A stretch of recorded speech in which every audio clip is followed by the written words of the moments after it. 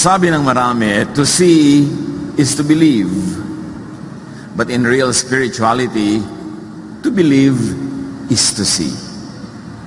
In fact, to believe is to be in the business of creation, to be a co-worker with God.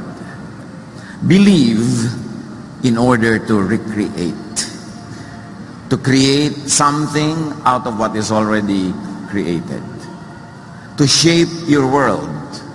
Believe to be the architect of your destiny. Father, we thank you that you have given your people that wonderful privilege to work with you. In fact, though not deserving, to be your co-worker in making our lives. Patuloy niyo po kaming linisin, paliwanagan, akayin. Kayo po ang mangusap, mangaral. Dalangin namin ang lahat ng ito sa ngalan ng iyong anak na si Jesus. Believe to recreate. God is God of creation. God is creative. God is faith personified. And faith makes things possible. People's faith in God recreates from existing creation. God privileges humans to participate in the making of this world, of our world, of your personal world. Matthew 9:22, Jesus said, "Your faith has made you well." Ito ang sinabi niya sa babaeng gumaling sa kanyang pagdurugo. In other words, Jesus said, your faith, which means your thought, because faith is thought, your thought has changed your bodily chemistry, electricity and structure. In fact, your thought changed your bodily functions. Your thought has altered your physique. Binago ng iyong iniisip ang iyong katawan. Binago ng iyong pananalig, binago ng iyong pag-iisip na punong-puno ng pananalig ang kondisyon, kalagayan ng iyong katawan. At napakalinaw na tinutukoy dito ni Jesus, not I made you well, but your faith made you well. It is your mind over your matter, your faith over your body. In fact, in healing, you participate. Ang tao ay hindi lang passive recipient ng healing, ng dealing ng Diyos. Siya ay kasabay gumagawa para ito mangyari. At sa babaeng ito, yung kanyang pananalig, ang nagbunsod, ang naging sanhi ng kanyang paggaling. Hindi siya biglang ginawan lamang ni Jesus ng kung anong bagay na siya'y walang kamaang-muang, walang kamalay-malay, at wala siyang participation. Kasali siya. Matthew 17:20, he replied, I tell you the truth, if you have faith as small as a mustard seed, you can say to this mountain, move from here to there, and it will move. Nothing will be impossible for you. At ito, na-ignore natin, ginagawa lang natin laging talinghaga, so parang wala naman talagang talab sa ating practical na buhay. Pero sabi niya, ito ang katotohanan. Ibubunyag ko sa iyo. Hindi mo to alam eh. God doesn't have to do it for you. Whatever it is that you have in mind, God won't do it for you. You do it. And don't blame God with when and if it doesn't happen, because you do it by your faith. The truth about the created world, Jesus is saying, is that faith, which means thought, which means word, which means action, faith can rearrange, can recreate the physical world. Faith can recreate matter. Nanalig ang babae kay Jesus, ang pananalig na yon, ini-rearrange ang kanyang katawan. Kung ano man ang dahilan ng kanyang non-stop bleeding for 12 years, naampat. Ang chemistry, ang mobility, ang functions ng kanyang body parts ay naiba. Dahil sa ano?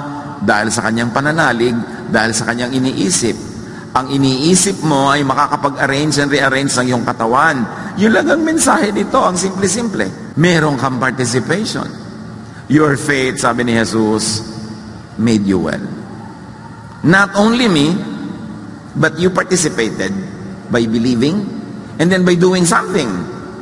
You went out of your daily routine. You went out of your way to meet with me, to touch the hem of my clothes. May ginawa ka bilang aksyon na dapat lang ay logical consequence ng iyong iniisip o paniniwala. At dahil dyan, gumaling ka. Ang ginawa kasi ng maraming corporate religions, ginawa na lang yung taong umaasa. Tagadasal niya yung priest, tagadasal niya yung pastor, tagadasal niya ang prayer team, tagadasal niya ang mga tao. Wala na siyang inaabangan, kundi basta lang lumaglag mula sa langit yung hinihingi niya. Hindi niya natatanto na siya ay participant, at pag hindi siya nag-participate, walang mangyayari. Na ang tunay na pananalig ay may kakambal na kilos. Tulad ng babaeng yun, nananalig, kumilos siya. Ginawa niya yung bawal nga eh. Bawal sa tradisyon na hawakan niya yung ibang tao kasi unclean siya. Kababae pa niyang tao, hahawak siya sa damit ni Jesus. Tapos wala pang permiso. Pero yung pananalig na yon, nung sinabayan niya ng tamang aksyon, pumasok siya sa control room ng Diyos kung saan ang lahat ng bagay ay kinokontrol, inaayos at nire-rearrange. At faith ang ticket niya para makapasok doon, na-rearrange ang kanyang katawan.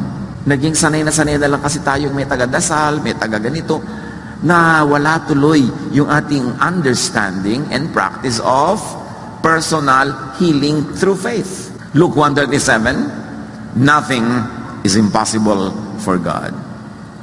And to extend that, nothing is impossible for those who believe in God and act according to that belief.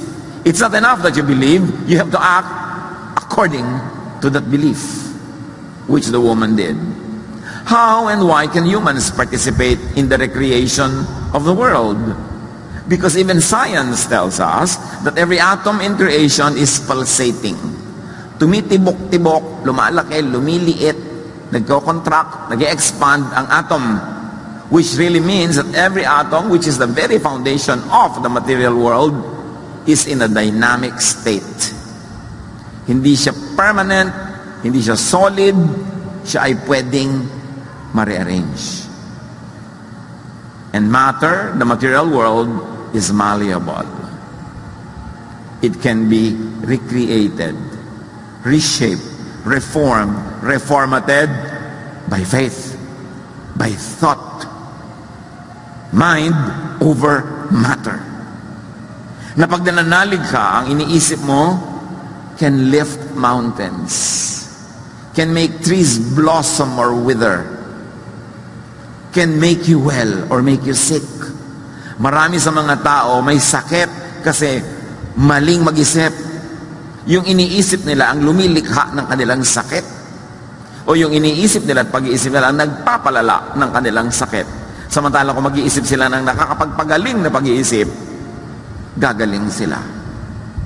For instance, the orderly universe that we read in Genesis is a recreation and rearrangement from chaos. And that orderly universe can also be chaotic again. Walang permanent. Jesus turned water into wine. Can you imagine all the chemical processes that have to happen for water to become wine? How can water ferment? How can water change chemically and even have flavor to the point that the host found it to be the best wine ever? But Jesus turned it into wine. It is thought that turned it into wine. Joshua had the sun stopped in its track in the sky for many hours. As reported in Joshua 10, 12 to 13. Si Joshua yon, nagpray, nag-isip, nanalig, huminto ang araw. One tiny bit of a human being can rearrange the universe. Jesus multiplied the bread and fish. Anong kailangan mong physical laws para mangyari yon? The fig tree withered at the word of Jesus.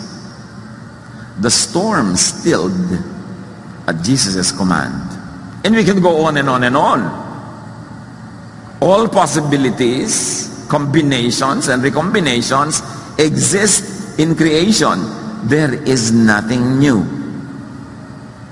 Nandyan na lahat yan. All the physical laws, chemical laws, electrical laws, they are just waiting to be discovered and then turned into practical science, functional science, and this is where and how inventions happen. Na-discover yung kuryente, na dati nang nandun, hindi naman sila kumreate ng kuryente, na-discover lang. Then na-discover kung paano ito i-manage. Kaya nakakagawa tayo ng mga electrical appliances, nakikinabang tayo sa kuryente, na ililipat-lipat, na ilalagay pa nga sa baterya. Pero nandun na yun lahat. Because God created the world in just 6 days. Which really means God created only once. And after that, everything is already there. It's for humans to discover everything there, to arrange and rearrange everything there, and to invent tools in their lives to make their lives easier. Nandun na. Ecclesiastes 1:9, there is nothing new under the sun. Kaya kung minsan mababasa mo sa dyaryo, a new species of sardines found in the Philippines. You say, bakit ang new species? Dati na yung nandyan. Ang sabihin nyo lang, a newly discovered species. Pero walang new. Things can be recreated out of what was once for all time created. Humans, we do not create. But we can recreate. That's how discoveries and inventions and innovations happen. Yung mga great composers, they don't create the music. Sensitive lang yung spirit nila, nakakarating sila dun sa spiritual world, nadidinig nila tuloy yung tugtog na dati nang nandun, nadidinig nila yung melody na dati nang nandun, at dahil artist sila, skilled sila, kaya nilang ibaba sa ating physical world, kaya nilang innotate, tugtugin, para tayo man makarinig nung dapat sila lang nakakarinig. That's why artists are priests. They straddle heaven and earth, they straddle the unseen and the visible world. Lahat ng tinatawag nating creative people, hindi nila kine-create yun. Sensitive lang sila, nababasa nila yung nandun na di-discover nila na nandun. Tapos because of their skill, because of their training, kaya nilang ilipat sa material world para mga less sensitive, less gifted in that area, makakita rin, makarinig din nung nakikita ng artist.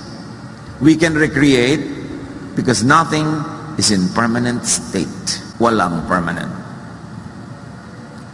Ecclesiastes 3:1, there is a time for everything and a season for every activity under the heavens. Then inisa-isa yung dapat sana yung magkakabaligtad na ideya. A time to die, a time to be born, a time to gather, a time to scatter. Parang magkakahiwala yun. Sabi niya, no, lahat yan pwede mangyari. Panapanahon lang. Time can make anything happen. That's why when something does not and cannot happen, wait. There is time for it. Merong tamang panahon para mangyari ang lahat ng bagay, at sa marunong maghintay, walang imposible. Walang hindi darating. Ecclesiastes 9:11, I have seen something else under the sun. The race is not to the swift, or the battle to the strong, nor does food come to the wise, or wealth to the brilliant, or favor to the learned. The usual law of life is, yung mabilis tumakbo mananalo sa karera, yung malakas mananalo sa giyera, yung matalino magkakaroon siya ng mga pangangailangan niya sa buhay, yung mahusay magkakaroon siya ng pabor from people, from everybody, from everything. Pero sabi, no, hindi naman ganyan eh. Hindi ko mo magaling ka, ikaw na yung yayaman. Hindi ko mo mabilis ka, ikaw na yung mananalo sa karera. Nothing is understood. Nothing is for sure. Kaya kung hindi ko mo mahal na mahal ka nung pinakasalan mo, next year mahal ka pa rin. It is not understood. Nothing is for sure. The laws that govern life could be liquid. Hindi solid. Kaya no situation is permanent. Illness or health, poverty or wealth, brilliance or lack of it, they are all liquid. Hindi mo alam kung anong pwede mangyari bukas. After God says Hezekiah would die, sabi ng Diyos, mamamatay na yun si Hezekiah. O prophet, pumunta ka doon, sabihin mo mamamatay na siya. At nung sinabi nga, biglang nagdasal tong Hezekiah, Diyos ko, wag naman po. Di ba? Ganito naman ako sa inyo. Mabuti naman ako. Isaiah 38:5, sabi ng Diyos kay propeta, go and tell Hezekiah, this is what the Lord, the God of your father David says. I have heard your prayer and seen your tears. I will add 15 years to your life. Technically speaking, God changed His mind. Yung mga theologian, ayaw nila sabihin niya, God doesn't change His mind. All the Bible verses tell us. Sabi niya, sige, dadagdagan natin ng 15 years. May additional blessing pa. Apparently, as seen in countless examples in the Bible, everything is infinitely negotiable. Nadadala sa magandang usapan. Isaiah 1:18, I, the Lord, invite you to come and talk it over. Pag-usapan natin. O sige, sinabi ko, mamamatay ka na. O, natinig ko na ang dasal mo. Nakita ko na yung mga luha mo. Siya, 15 years additional. Believe it, ask for it, receive it. Sabi ni Jesus, ask, and it will be given to you. Seek, and you will find. Knock, and the door will be open to you. Matthew 19:26, Jesus said, with God, all things are possible. Which extended can say, with God, all things can be remade, can be reprogrammed by and in faith. Faith rewrites the laws. Faith overrides natural law. Faith moves mountains. Sapat na sapat ang mga patunay sa Biblia sa katotohanan yan. When in faith, we choose to create something new. Imagining it in our mind is the act of us reaching into the power of God. Reaching into the sacred space, control room of heaven, if you like to call it, where things can be reordered. When we imagine it in our minds, it is the prayer, the wish, the word that we release into heaven. Pag dahil sa pananalig mo, gusto mong lumikha ng baguhin ang sitwasyon, imaginein mo siya sa iyong utak. Isipin mo siya. At pag inisip mo siya sa tamang vibration, sa tamang frequency called faith, yung iniisip mo, papasok sa control room ng heaven, into that sacred space, and push the right buttons to rearrange the universe as you pray for, as you believe in. Thinking in a certain spiritual dimension is praying. Kaya marami mga tao, kahit hindi nila sinasabi ng in Jesus name, amen, amen, nagpe-pray sila. Kasi pag iniisip mo ng taimtim, ng wagas, iniisip mo sa paraang pinaniniwalaan mo, nagdarasal ka. Kaya can you imagine kung anong dasal mo kung lagi mo sasabi, ay pesteng buhay to. Malas ang buhay ko. Ang hirap-hirap kumita. Ang hirap ng buhay. Wala na tayong pag-asa. Prayer yon. Pumasok sa control room ng langit ang iyong dasal, pinindot ang mga tamang buton, you get what you want.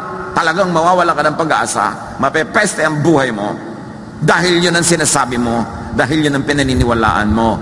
Bawat pumapasok sa ating utak na taimtim, taos at pinaniniwalaan natin ay dalangin. Matthew 17:20, he replied, if you have faith as small as a mustard seed, kung may pinag-iisipan ka pero totoong-totoo, kahit maliit yon, you can say to this mountain, move from here to there, and it will move. Literally. And hindi ba literally? With the thought of God, and probably with the thought of many people who believe in what they are thinking of, mountains move. Tectonic plates, continents, tidal waves, planets move. Alam niyo ba kung sino ang nagpapaandar ng mga ikot ng mga planeta? Hindi ba the thought of God? At anong napapaandar ng mga taong nag-iisip ng negative sa planeta? Pakaisipin natin. Anong nalilikha sa inyo-inyong mga buhay ng inyo-inyong mga pinaniniwalaan at laging sinasabi? Dahil sabi ni Jesus, nothing will be impossible for you. You want to destroy your life? Think about it. Think about destructive thoughts. You want to destroy your marriage? You want to destroy the planet? Think about it. Isipin mo na gusto mong sirain lahat ng gubat para lang magkaroon ka ng isang negosyo? Sige, destroy the planet. Think about it and it will happen. I mean, nothing is impossible for you. That is the power that you have, that God gave you when God created you and made you in His image. The power of your faith, the power of your thought, the power of your word, the power of the spoken word. James 5:16, the prayer of a righteous person is powerful and effective. And righteous here doesn't always have to mean obeying all religious codes. A righteous person who can move the hand of heaven and the controls of heaven could mean a person whose thoughts enter sacred space, whose belief in their thoughts open the door of heaven so that they can come in and their thoughts can push the buttons that they believe in. 1 John 5:15, and we know that He hears us. Whatever we ask, we know that we have what we ask of Him. Dahil dinidinig ng langit ang tunay mong hinihinging taos-puso, at yung pagbibigay na yun does not moralize kung ano man yung hinihingi mo. Amin ganon? Paniwalaan mo na yung pinaniniwalaan mo, tinanggap mo na kasi mangyayari. Matthew 11:24, therefore I tell you, whatever you ask for in prayer, believe that you have received it and it will be yours. At ang akin lang laging idiin, marami lang sa atin, hindi natin alam, nagpe-pray tayo Tapos pag dumadating nga yung iniisip natin, magtataka pa tayo, ipinag-pray na pala natin. John 5:8-9, when Jesus saw him lying there and learned that he had been in this condition for a long time, yung lumpo na nasa tabi nung pool, na naniniwala ang mga tao, pagka yung pool na yun ay gumalaw yung tubig, bumula-bula, una-unahan silang tumalon, yung maunang tumalon ay gagaling. Meron doon isang lumpo, hindi siya makatalon-talon, nauunahan siya ng iba.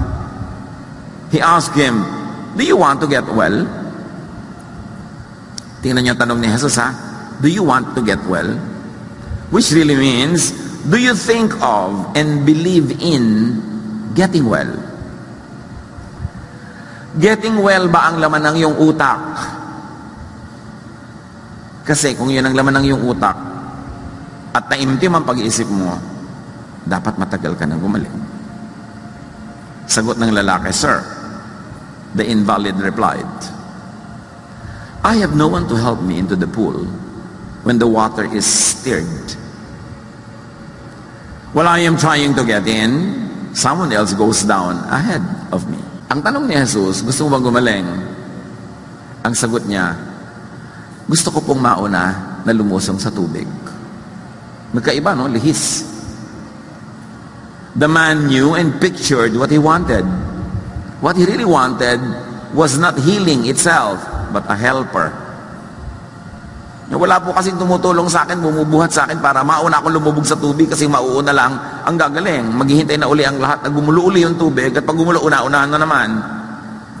So, the man knew and pictured what he wanted, a helper. Not independence through healing, not healing itself, but somebody who will help him get into the water so he would heal. So he was going the wrong way, the long way. The man thought that the water could heal him. And the man thought that what he needed was the water. And therefore what he needed was a helper to get him into the water. Di ba ang haba ng dadaanan niya para magpunta pa sa healing? Ano nangyari sa taong ito? The man had scaled down his expectation and his hope. Hindi na healing diretso hinihingi niya, yun na lang tutulong na siya lumubog sa tubig. At pag nakalubog na siya, tsaka na niya isipin kung paano mag-heal. The man had scaled down his faith, his thought. Instead of direct healing, ang faith na lang niya at thought somebody who would help him. The man had scaled down his word. His word is, I need a helper. Helper, helper, helper. Examine kung ganito na tayo ngayon. Imbes ba na mangarap tayo ng malaki, pinaliit na lang natin? Imbes ba na malaki ang ating planuhin, pinapaliit na lang natin? And examine kung nagiging ganito ang mga tao dahil sa atin, na dahil sa ating pakikialam, panghihimasok, pangiinsulto, pagkukulong sa kanila, lumiit na rin ang paningin nila sa sarili, lumiit na rin ang kanilang mga pangarap, lumiit na rin ang kanilang mundo.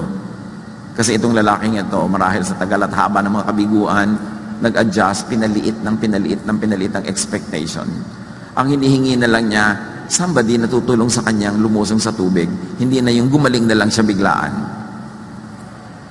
Then Jesus said, sa pagpapatuloy ng kwento, meaning Jesus' word and thought, Jesus said to him, "Get up, pick up your mat and walk." Napaka-interesting ng conversation. Sabi, naniniwala ka bang gagaling ka? Yan ba ang iniisip mo?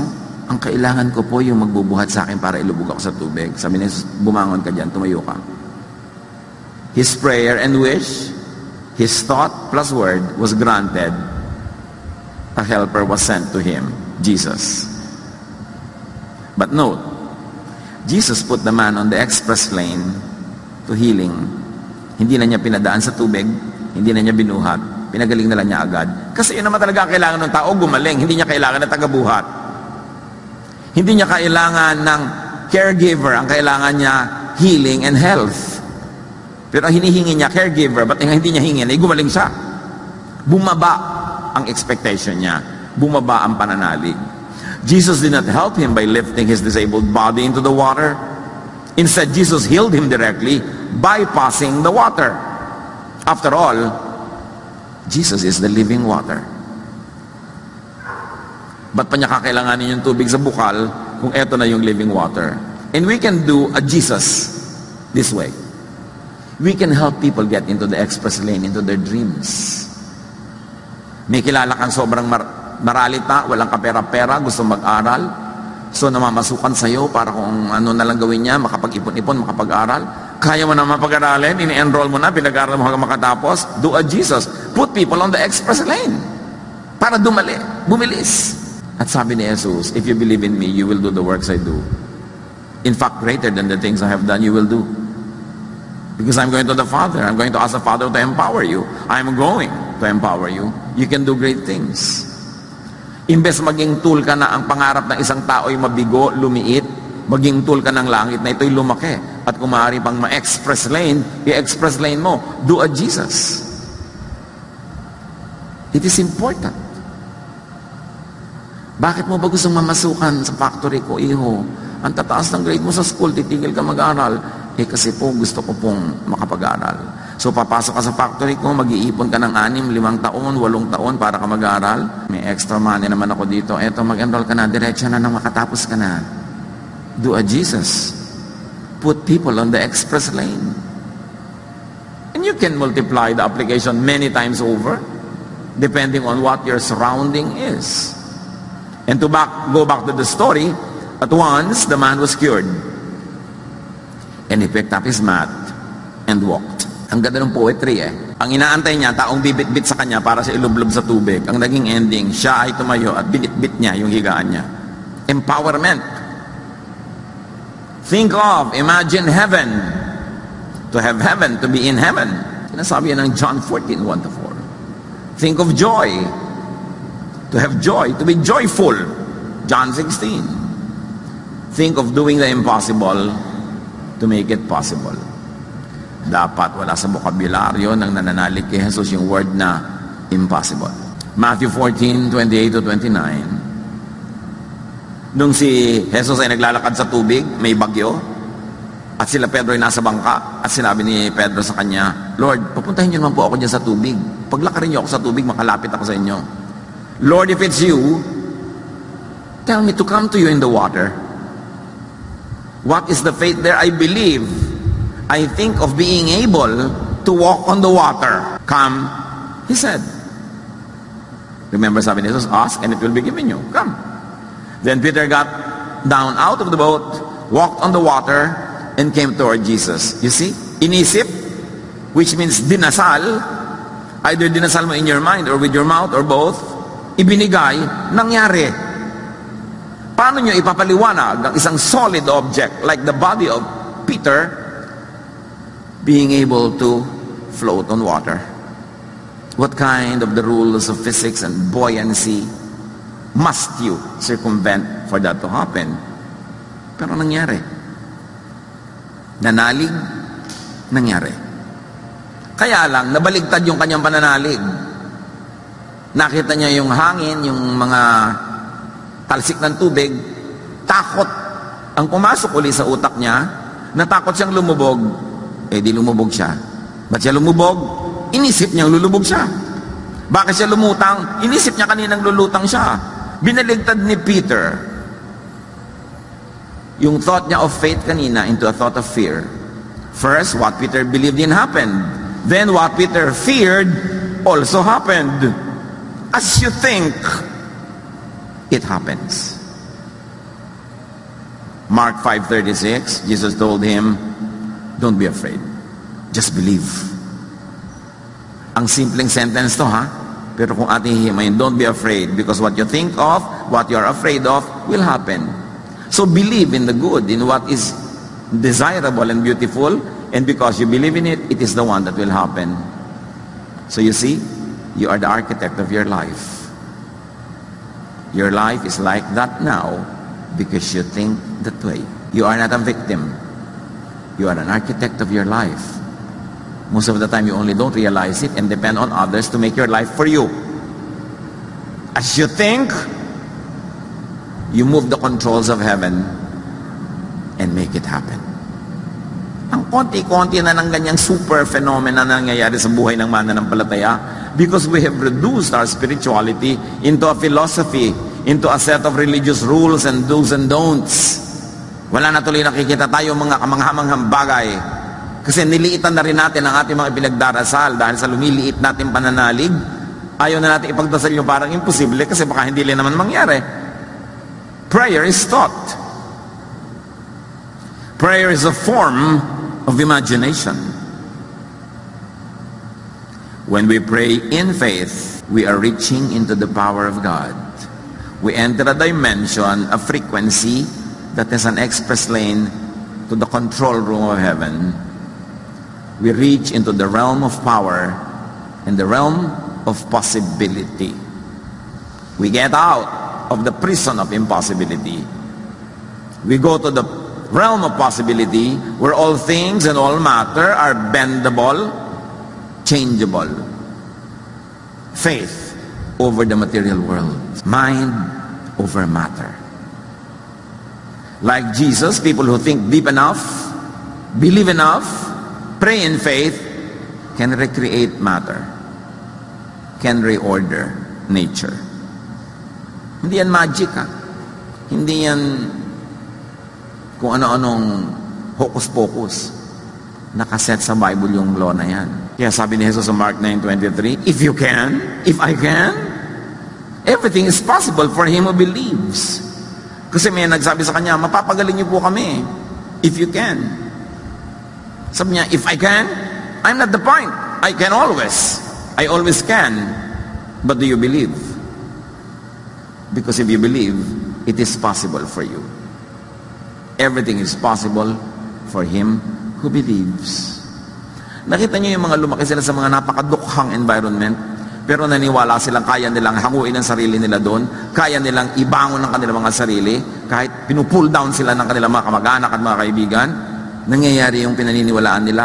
Humuhulag po sila sa mga gapos ng kanilang environment, gumagawa sila ng bagay para makaangat, at nangyayari nga. Pero yung nanatili doon sa lusak forever, kasi hindi naman naniwala yun na pwede siyang umalis doon eh. Sabi niya, ganyan lang talaga ang buhay. Wala tayong magagawa. Ganyan talaga. So wala talaga nangyayari. Kasi yung pananalig mo ang mangyayari sa buhay mo. Dahil kung talaga nananalig ka, kikilos at gagawa ka para isakatuparan yung pinaniniwalaan mo. Faith and thought is above the law of creation. Faith and thought is rule. Faith and thought rule the universe. So whoever can believe more can do more. Whoever has more faith can accomplish more. So ask. And you know, asking is word. Asking is thought. Ask, and it shall be given you. Think it, do it, and it will happen. Think of what you like to happen.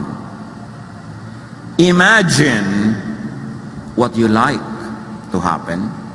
Say what you would like to happen. Napakalaking disiplina to, ha? Para ang isipin mo, imaginein mo at sabihin mo, yun lang talagang gusto mo mangyari. Deuteronomy 30:19, this day I call the heavens and the earth as witnesses against you, that I have set before you life and death, blessings and curses. Now, choose life, so that you and your children may live. Sabi niya, saksi ang lahat. Binibigyan kita ng dalawang opsyon, buhay o kamatayan. Pagpapala o mga sumpa, pumili ka mabuti. Piliin mo yung makakabuti sa iyo at sa iyong mga anak.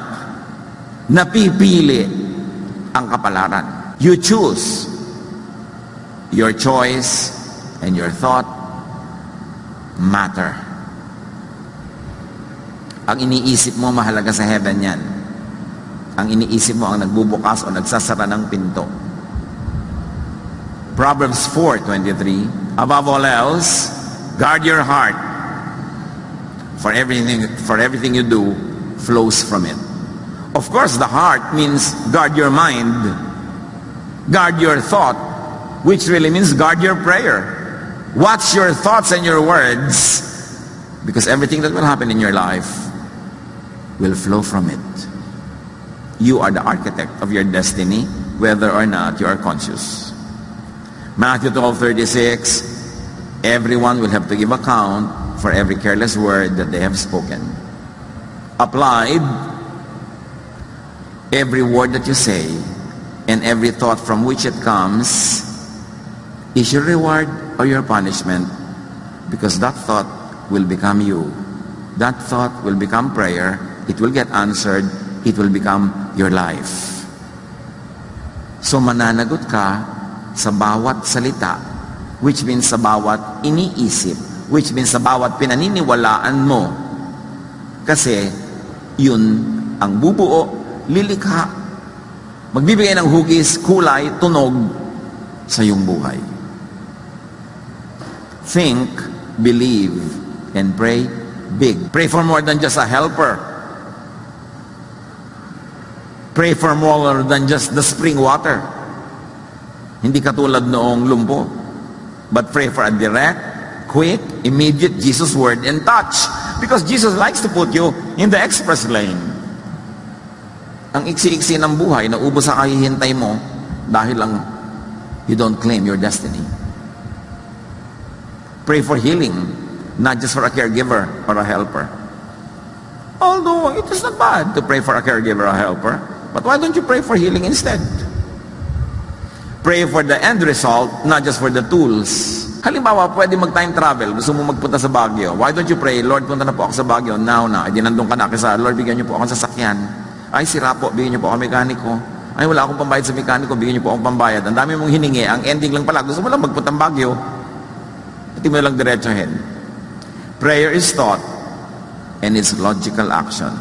Hindi enough na thought, dapat may action. James 2:17, faith by itself, if it is not accompanied by action, is dead. So naniniwala po akong uulad ang aking buhay. Eh, anong ginagawa mo? Tanghali na, tulog ka pa. Naghahanap buhay ka, pero ang liit-liit ng kita, ba't di ka lumipat doon sa mas malaking kita? Anong ginagawa mo para yung pinaniniwalaan mo matupad? Dapat magkakambal yun. Paniniwala at kilos. Pray for enablement. Pray for empowerment. Not just for a doctor or a nurse or medicine. Pray for independence, for freedom. Pray for rest, for peace and joy. Instead of just tools that give pleasures. Pray for contentment instead of wealth. Kasi yung wealth, akala mo magiging kontento ka, pero hindi lahat ng may wealth, kontento. Eh kung ipinagpray mo agad, makontento ka na, with or without wealth, di nakarating ka na doon sa Baguio. Pray for happiness, not just success. Kasi maraming successful people are not happy. Meron naman successful na happy pa. Pero why not pray for the express lane to open to you? Huwag ka na maghanap ng tubig na nakakapagpagaling. Huwag ka na maghanap ng magbubuhat sa'yo para ilubog ka sa tubig. Magpray ka na, gumalik ka na. Diretso. Nakita natin sa example ni Jesus. Yun ang gusto niya. And with correct and enough faith, which means action, it can happen.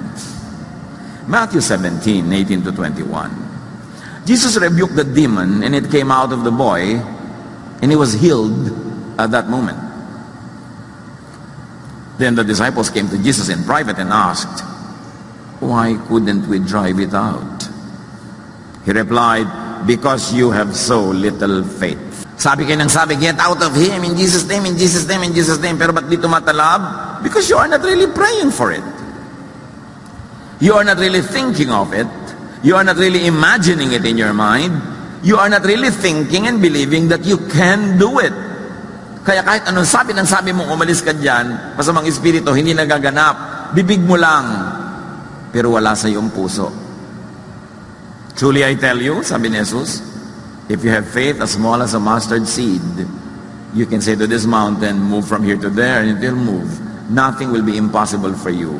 Hindi nyo ma-drive out yung demon kasi hindi kayo naniniwala na ma-drive out nyo nga. Hindi kayo naniniwala na makikinig sa inyo. So, hindi nakinig sa inyo. Pero kung naniniwala kayo, the devil will have to flee. Resist the devil with your faith, and he will flee from you. Sabi natin kanina, think only of what you like to happen. Yung kabaligtaran nun, do not think of, do not imagine, and do not say with verbal or body language what you do not like to happen. Lalabas kayo, ay uulan. Ay di umulan nga. Yung anak, pag-aaralin kita, baka naman second year pa lang, buntis ka na, hindi ka na matuloy. Sinabi mo na nga. Kaya first year pa lang, in advance na niya. Do not think of, do not imagine, do not say what you do not like to happen. Because if you truly believe in what you're saying, no matter how negative it is, your thought will enter the control room of heaven and push the right buttons and deliver to you what you want. What you are saying. Though sometimes because of ignorance, you don't even know that you are wanting it. But because you're always saying it and you believe in it, truly, you want it. Because as the mouth speaks, it reveals the content of the heart. Kasasabi mo, natuloy, nangyari. Proverbs 18:21. The tongue has the power of life and death, and those who love it will eat its fruit. Nakita nyo? Ang dila, ang salita, at yung isip na nagbibigay ng, nagsisilang doon sa salita, ay pwedeng bumuhay o pumatay. Totoo yun.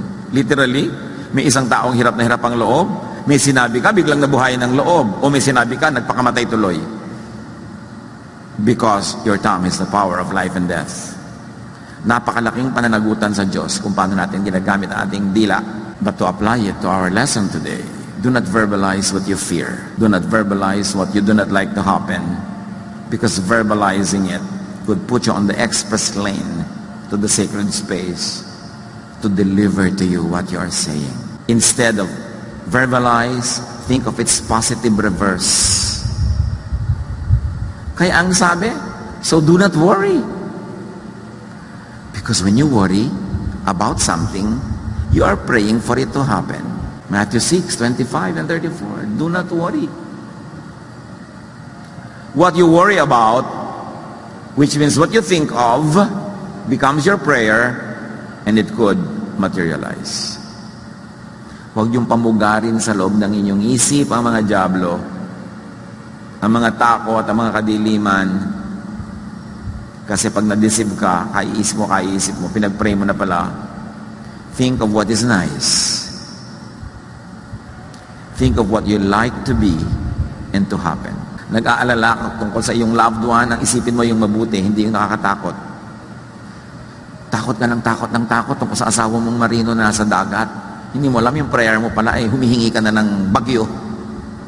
Dahil yun ang laman ng iyong utak. Philippians 4:8, keep your minds on whatever is true, pure, right, holy, friendly, and proper. Diyan kayo magtuon ng isip. Kasi yan ang prayer nyo. Discipline talaga. Don't ever stop thinking about what is truly worthwhile and worthy of praise. Ano ang pinag-iisip natin? Worthwhile ba o yung baligtad? Worthy of praise ba o baligtad? Because that will be your prayer. Proverbs 17:22, a cheerful heart is good medicine, but a crushed spirit dries up the bones. So you see, it begins with the heart in thought. So the heart is the mind, is the thought, it heals. But negative emotions, negative thoughts affect the physical body. It starts with the thought. Pag cheerful yung thought mo, gamot mo na yon. Pero pag malungkot yung thought mo, pati buto mo, sumasakit. Mind over matter. Iniisip mo pa lang, nagpapasakit na lang yung likod. Pag lagi kang maraming mga stress, emotionally, ang likod mo sumasakit. Pag marami kang anger, ang lungs mo, bumihina ang resistensya, nagkakasakit ka sa baga. Pag lagi kang ninenervyos at stress, nagkakasakit ka sa sikmura. Nagsisimula sa isip, sumusunod ang katawan. Kung ang sakit, pwede magsimula sa isip, di lalo naman pwede magsimula sa isip ang paggaling. Kaya, think of thoughts na nakakapagpagaling. Hindi, ayan, tumataas ang BP ko, tataas ang BP ko, tumataas, syempre, sinabi mo Ayan, lalala na ako, hindi mo sinusunod ang gusto ko, magkaka-heart attack na ako. O di, ayan, tumumba. Ecclesiastes 11:10, don't let anything worry you or cause you pain. John 14:27, do not let your hearts be troubled and do not be afraid. Why? Because what you are troubled about and what you are afraid of becomes your thought, becomes your prayer, becomes your life. James 1:8, a double-minded man is unstable in all his ways. So, naniniwala ka, hindi ka naniniwala, natatakot ka, peaceful ka, halo-halo, ang buhay mo tuloy, halo-halo, magulo. Faith and steadfast thought, a stable mind, can reorder creation. But weak faith and stable mind cannot bend anything. So, commit your material capital to your vision and prayer. Commit your personal, your social, emotional, spiritual, commit your work capital to your thought. Ano bang iniisip mo? Anong pangarap mo? Anong gusto mong mangyari? Commit everything you have to it. Yung sinasabing, climb every mountain. Do what it takes. And things can and will happen. Give it your life and soul. Give it your all. You believe in it. Your body works at it. It will happen. In faith, with thought, words, and action, you can enter sacred space to recreate your personal world. Jeremiah 29:11. For I know the plans I have for you, declares the Lord. Plans to prosper you and not to harm you. Plans to give you hope in the future. But you have to cooperate. You have to also plan the same way. You have to think of what I plan for you, not what the devil plans for you. Because what you think of will become your prayer and it will become you. Ang kailangan ng talagang mananampalataya, more quiet time, more personal reflection, more meditation, because it is through thinking of it that you pray for it, that you make it happen. Huwag nating punuin ang ating maghapon ng puro daldal, puro kilos, puro gawa. Kailangan may quiet time so we can reflect, so we can think of the beautiful things that God plans for us. We can think of all the nice and healing and relaxing and soothing and fulfilling things so that they can happen. So that you can meditate and just fix your imagination on the things that you would love to have in your life. Because when you think in the right vibration, in the right frequency, you move into sacred space and make it happen. With God, with faith in God, with faith in God's loving plan, let us create and recreate a beautiful world.